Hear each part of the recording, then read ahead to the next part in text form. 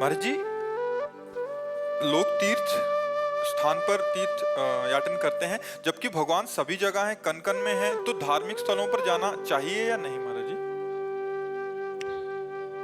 मेहंदी में लालिमा होती है ना। पर मेहंदी के पूरे पेड़ को चीर डालो, कहीं लालिमा दिखा दो तो उनको नजर नहीं ना। उसकी एक प्रक्रिया है ना। उसके पत्ते तोड़िए, उसको बांटिए, बांट के लगाइए, आधा घंटा लगा रहने दीजिए, फिर धो दीजिए। तो दूध में घी है, पूड़ी पका सकते हो, लेकिन घी है उसी में। उसकी एक प्रक्रिया है। उसको दही बनाओ, मंथन करो, मक्खन निकालो, फिर उसको तप्त करो, तब वो घी बन जाएगा। समझ रहे ना?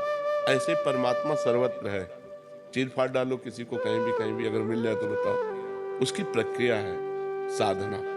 साधना के लिए हमें पवित्रता चाहिए। तो हम भगवान के परम पवित्र दिव्य स्थानों में जाते हैं, हरिद्वार, काशी। इनमें हमें पवित्रता मिलती है। जब हमारा हृदय पवित्र होता है तो हमारे अच्छे भाव होते हैं, तो वो भाव भगवान को समर्पित हो जाते हैं और हमें भगवान का अनुभव हो जाता है। जब हमारा भाव बन जाए ना, तो हम कुत्ते से भी भगवान प्रकट कर सकते हैं। हमारा भाव बन जाए तो हम ईंट से भी भगवान प्रकट कर सकते हैं। हमारा भाव ना बने तो भगवान में भी भगवान नहीं दिखाई दे रहे।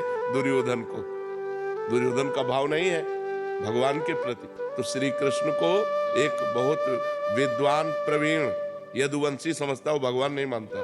दुर्योधन भगवान नहीं मानता। जब भगवान ने विराट रूप दिखाया तो बंदी बनाने की कोशिश की।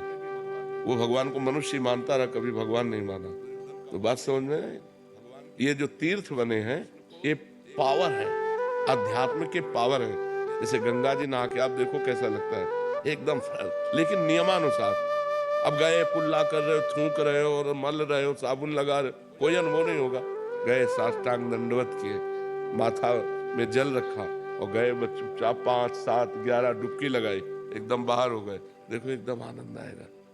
वृंदावन आए, परिक्रमा लगाओ, बिहारी जी के दर्शन करो, किसी का दिया हुआ कुछ खाओ मत, रजरानी लगाओ, नाम जप करो। जब जाओगे तो एक अच्छा अनुभव होगा, एक आनंद अनुभव होगा।